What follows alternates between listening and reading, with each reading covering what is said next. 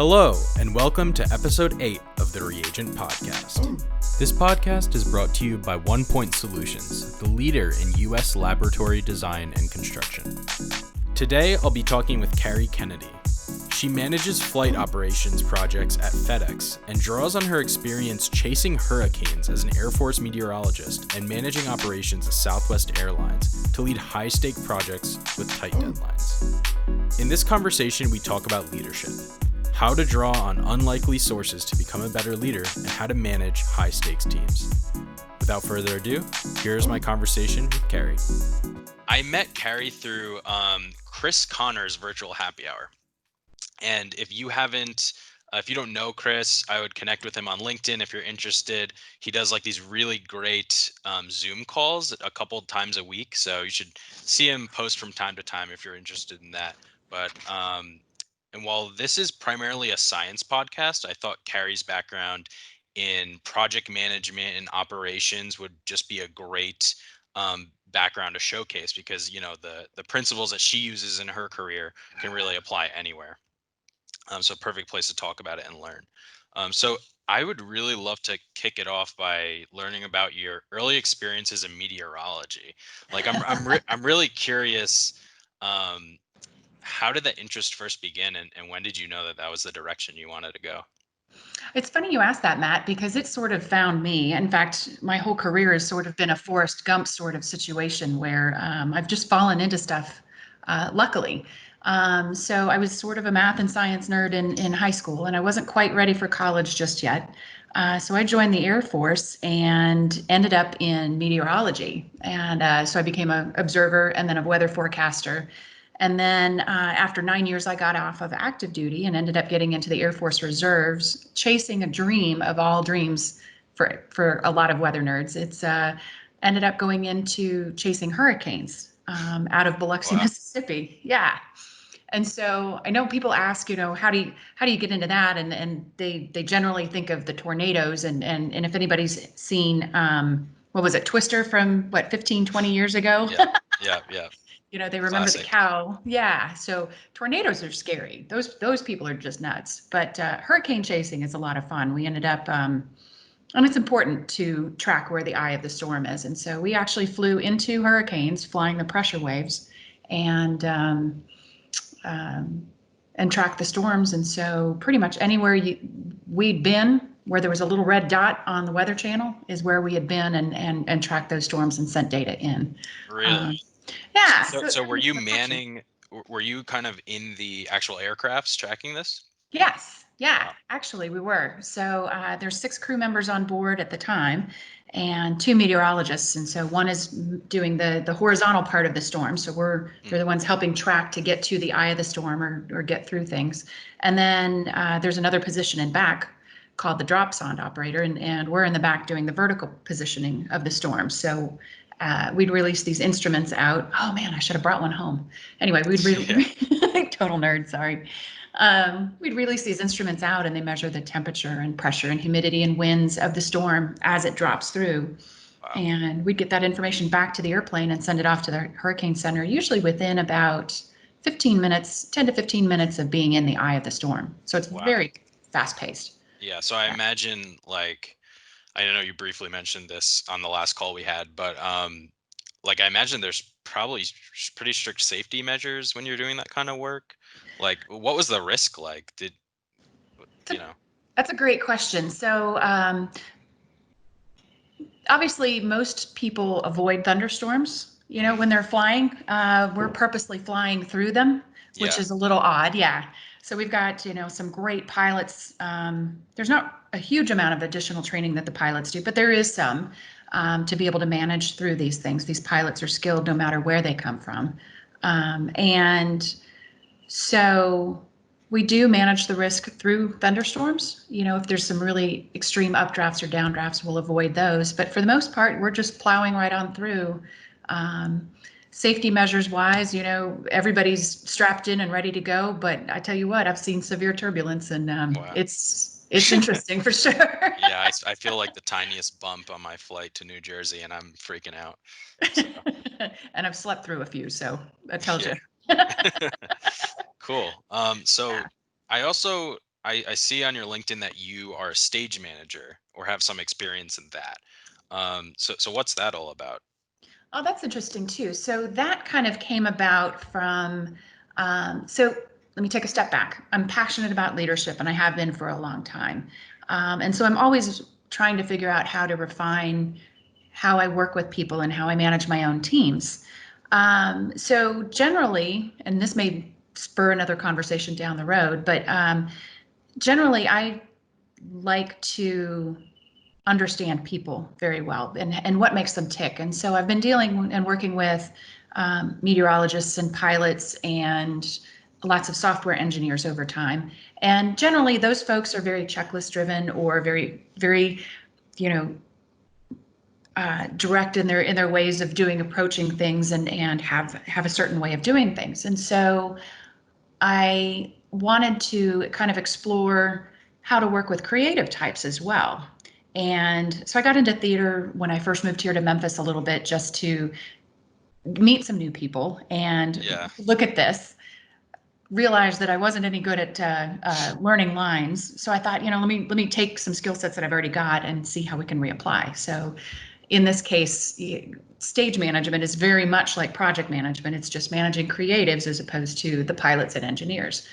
And what was interesting is I found out that it's all about teamwork, it's all about trust, and it's all about really making sure people know and understand who they are and how to work with them in their space, yet still manage to come up with the final product looking good. And it's all about teamwork. And so Yeah. it's been a fun adventure learning for Yeah, sure. that's a great philosophy. I mean, it's like the value in applying, cross-disciplinary things and taking principles from one area and applying it into the business world and vice versa. Right, exactly. Yeah, and I can resonate with that too because I moving to Austin, I came here from New Jersey just a couple years ago. Oh yeah. I like got connected into the improv scene and I didn't, pursue it for longer than a year or so, but I can say it was definitely like a great landing spot and it taught me a lot of stuff that I didn't know. What kind of things did it teach you that Um, you so a lot of it, and this is something we talked about, like the principle of yes and, Mhm. especially in a business setting, I think um, to kind of emphasize on teamwork and building on something together is something that really helped me a lot. And then also, when you're on stage, especially doing improv, you Mhm. really need to be attuned to what everyone else on stage is doing, and you need to really have presence with everyone. So I think it's easy, in our day to day at work, to really we get in our lane and we stick to it, Yes. and when someone else comes in with a need or something they need from us, it's easy to kind of either shoo them off or put it on the back burner when, it helps to have a bit more outward facing view and just be mindful and say, hey, maybe we need to readjust the priorities here and kind of all get on the same page. That's fantastic. Yeah, that's exactly kind of the same sort of things I learned too. The yes and really forces you to listen to what other people are saying instead of Yeah. already formulating what your thoughts and your plans are. So a great team will listen and pay attention to each other. And the one thing that you can learn from that is you have to trust a process. And so you have to know what the other person is doing in order for you to deliver what you need to do. And Yeah. so one of the big things in teamwork is making sure, yeah, to your point, you're staying in your lane, but at the same time, what effects you have going downstream from you, whatever your widget is that you're making or your idea or your concept, how is that affecting people downstream from you? And likewise, if you know what's happening before something gets to you, you can better anticipate that. And so teamwork is really critical, not just for your space, but for an entire organization. And Yeah. improv definitely is a great way to learn that kind of thing. Plus, it's just fun. Yeah, exactly. Like there's so many benefits of that. And I think like live comedy is a hugely underrated like extracurricular in Yes, especially in today's society. And I'm yes, sure there's so many more opportunities than people realize to just get involved at a small level. it is. It is. But I like what you said there about like listening to listen and not listening to respond. Mhm. I think that's just a great life skill. I know my girlfriend tells me it all the time, but um, and then I think like I just kind of want to keep harping on it because it's making it as I'm talking, it's making me think about it. Then I think having a lighthearted activity outside of work and not just the Mhm. usual like fitness your typical things, or maybe just sitting in front of your TV and watching Netflix to unwind, but really having like a community based activity where the goal is to laugh, Yes. that can actually like add a lot of energy to your day and the Yes. productive things you're trying to get done. I think it kind of feedbacks off itself when you have that in your life. Right, right. And you're absolutely right about that, Matt. And they always say that it takes more muscles to smile than it does to frown. And I know that Yeah. sounds really silly, Yeah. but it does, right? And so, I think that the other thing that laughter brings is trust. So if you Hmm. can laugh with people, you know that you're starting to break down some barriers to some extent. And laughter can be toxic if it's not used correctly. So if you're laughing at someone, Yeah. that's one thing. And so you've got to be really careful about where that goes. But laughter is such a great equalizer. And think back to how many times you've been with friends or with teammates or something, and you've been through a really ridiculous experience like COVID, say, Yeah. and there just becomes this certain amount of bonding that you get because you've been through the ridiculousness. Yeah. Um, One thing, when we first set up our war room in my office Yeah. for COVID early on in this, I worked for a big shipping company, Hmm. and our pilots have been exposed to the COVID stuff way back when it was hitting China, so in January and February. So we set up a war room to kind of handle all the day-to-day problems that we're having. And we were so intense, and we were working 7 hours or 7 days a week and many, many hours. And we just had some really ridiculous moments. I mean, we even got one of those pangolins, which is supposedly the creature that spread this virus. We had pictures of it all over the wall, and we were shooting So you're rubber gonna say you have a live bands penguin? at it. So in that That's kind of interesting. laughter, we built trust and we Yeah. built this team even more, even though we were exhausted. Wow, Yeah. that's interesting. And like, so how has that changed? Like dealing with that at your company? Has the procedure evolved? Is it, have you seen things like opening up a bit, or how is that going? Great question. So it is going as much as anything else is. So we've seen where obviously China has been opening up a little bit sooner, and now Europe is opening, and now the U.S. is opening, and so the U.S. has just been a couple weeks behind everybody else to some extent. But the original initial lockdowns were just crazy because nobody really Yeah. knew what was happening, knew what was going to happen, and so things changed on a daily basis. And one thing that we realized in building these teams out, this war room team, is that really nothing was getting done.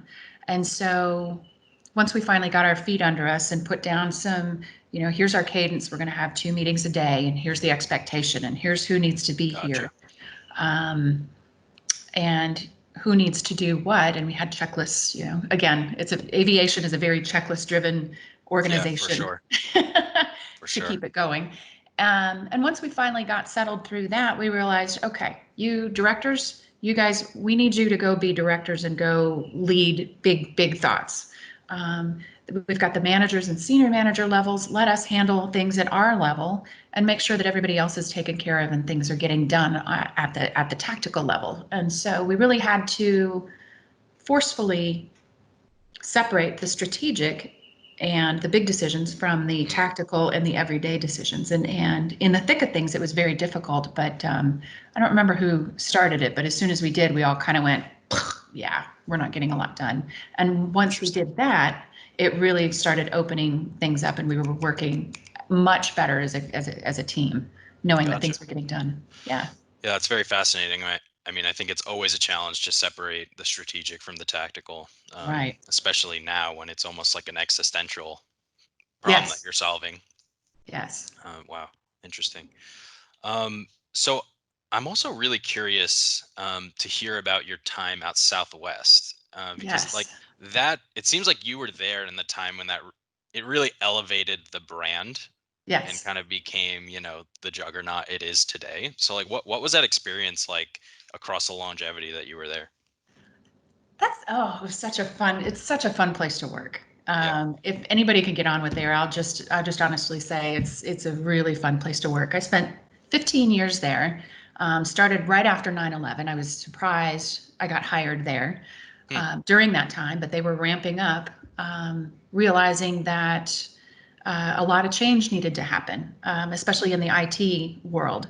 And I stumbled into IT through there. I remember I said earlier I kind of Forrest Gumped my way through my Yeah, career. yeah, yeah. And this was a Forrest Gump moment. I got into IT. I didn't even own a computer, but they needed somebody with my background in aviation, in particular, in this particular area, flight planning and stuff, and meteorology.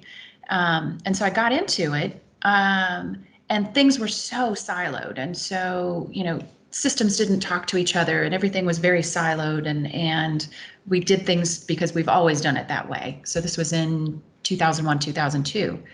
And over the course of the 15 years, as management and leadership changed and as technology changed, um, the culture and the company just churned along and made huge, innovative, exciting changes and stopped doing this is the way we've always done it.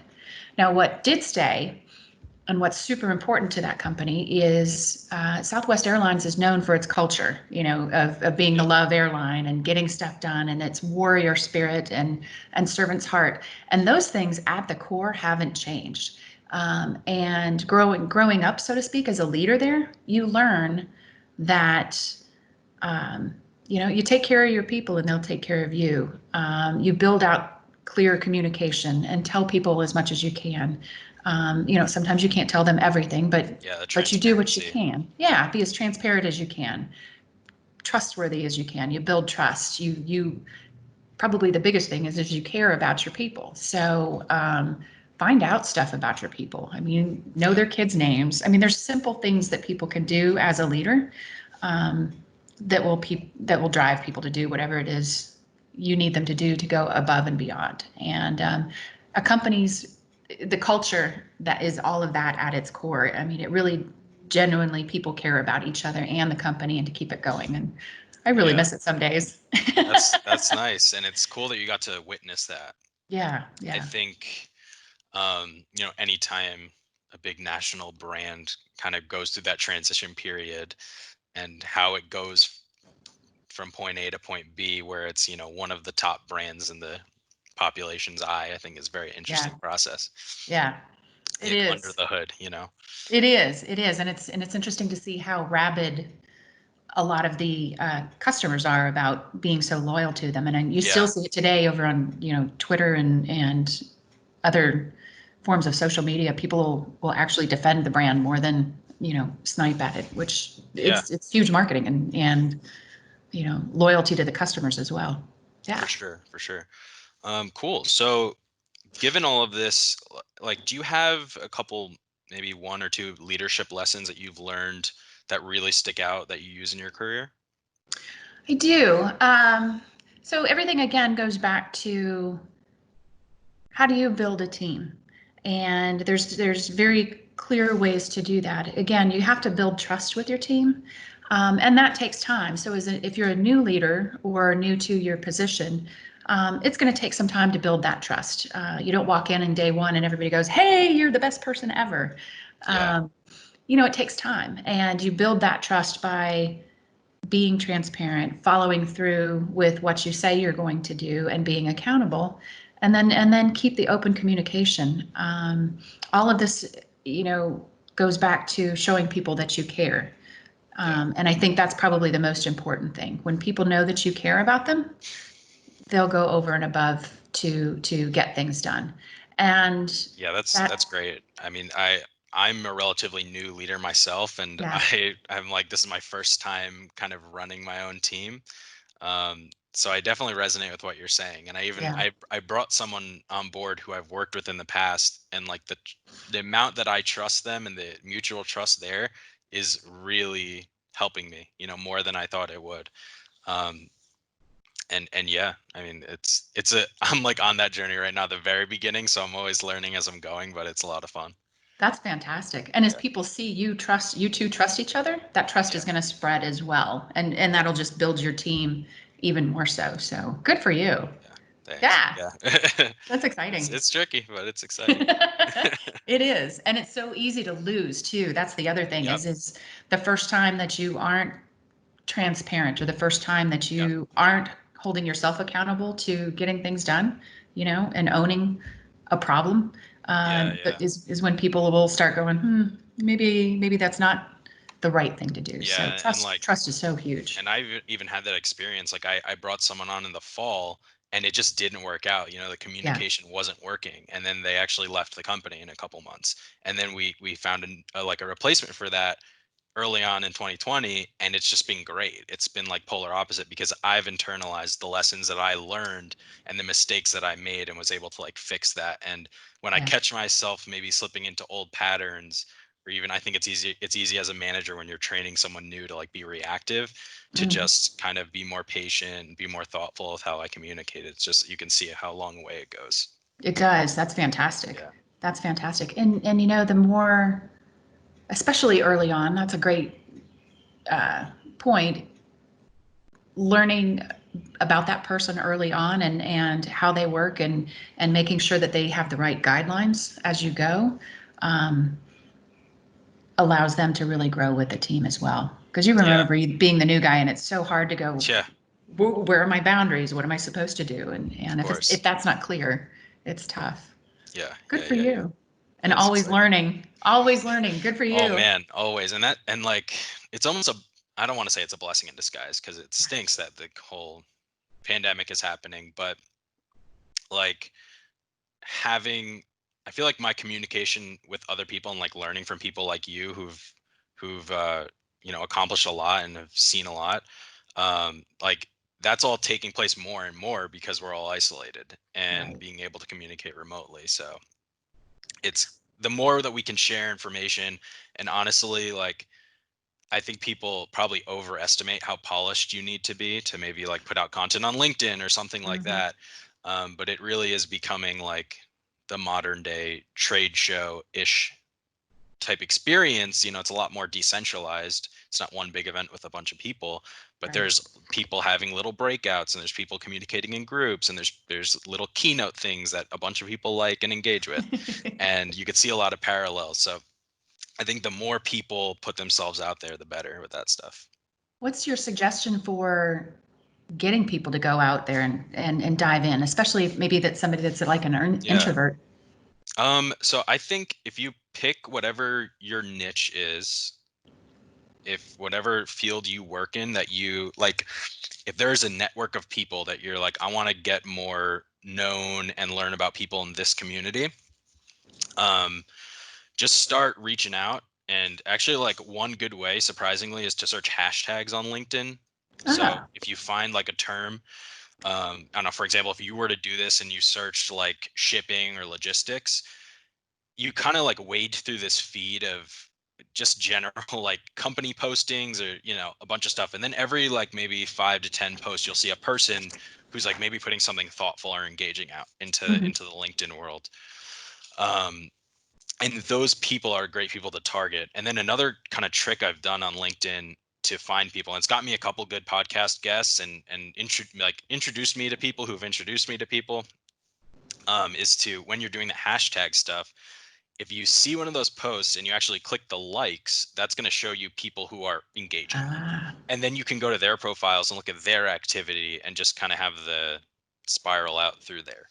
oh, So that's interesting. I've been using hashtags a lot, and you know, on LinkedIn, it happens to be really good. I think LinkedIn's networking algorithms and the way it's all set up, how you can see if someone's liked something um, in your news feed, Right. like there's a lot of ways to go like within the 6 degrees of separation and all that.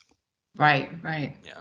I found it really interesting to see, especially through this pandemic, how many people have really started putting their own thoughts out there as well. So Yeah. it's finally been one of those things, these catalyst points where people decide they're going to go right or decide they're going to go try Yeah. something new. A lot more maybe time for it, for sure. it's the kicking off point, right? I just saw a quote earlier today on one of my news feeds that comes through, and it was I think it said Vladimir Lenin. It said nothing can a lot of nothing can happen in 10 years, and a lot and nothing can happen. Oh shoot, let's edit this out. Forget that. No, you're good. I got to remember what it like the is. concept of like long periods of time, but not a lot of change, and then time. Yes, Yeah, it and jumps. then in weeks, 10 years can happen. Yeah, That's what it was. In 10 yeah. years, nothing. Weeks can happen. I saw something about like a graph of e-commerce Hmm. adoption, and there was like a very slow, like 20-30 degree incline, and since like 2009, and then it jumped like doubled in the last 8 weeks. So Wow. yeah, I mean it's probably gonna go back at somewhat, but I think that's how it all works. And I'm not a Right. biologist, but I think that's how evolution works too. It's like there's big plateaus and then these events that move things forward. So we're kind of like peering into the future. Yeah, yeah. I tell you what, we here at my office, my particular department skews in the 50 to 60 range pretty heavily. Hmm. I can Wow. say we've got a handful of millennials, maybe 5 or 6, that are below 30. And Interesting. so we had some real struggles when everybody was kicked out of the office and had to start working from home. Yeah, I imagine. Yeah, so people had to learn how to use Teams and learn how to use even just being able to VPN in. You had to teach these people, and Yeah, so it was really scary for people at first. And now, boy, you can't get them out of Teams or I could some of see. these Yeah, groups. I could see They that. get it. Like my mom is a tutor, and she's never that tech savvy, but Hmm. she's like learning all these things about Zoom, and I'm teaching her a lot, and that's a good way for me to bond with her more, and stuff. But yeah, I see that happening a lot. Yeah, yeah. It's That's good. definitely given rise. It's been good. Cool. So I mean, we've covered a lot of good stuff. Are there any like parting words or anything you want to give a shout out to? Thank you so much for having me. I appreciate this. This has Sure. been exciting for me too, and a lot I of know fun. it's been And a good I've conversation. enjoyed your podcast as well. I can't wait to see where you Thank you grow so much. and learn some more about. But yeah, I think this is just such a fantastic time for people to grow and learn as leaders and try out new things. I mean, this is a perfect time to do stuff that's outside of your wheelhouse, and you never know where it's going to lead you and take you. And maybe you might find, much like you, Matt, trying to dip your toes into podcasts and see if this is really your thing, and it may spur you off on a whole different world you didn't even imagine. Yeah, So I'm excited to see where exactly. people take this opportunity. You can either treat this whole COVID thing as a disaster or an opportunity, and I hope a lot of people take it as an opportunity to grow. Yeah, awesome. Well, Yeah. thanks for coming on the show. Thank you so much, and you have a great day.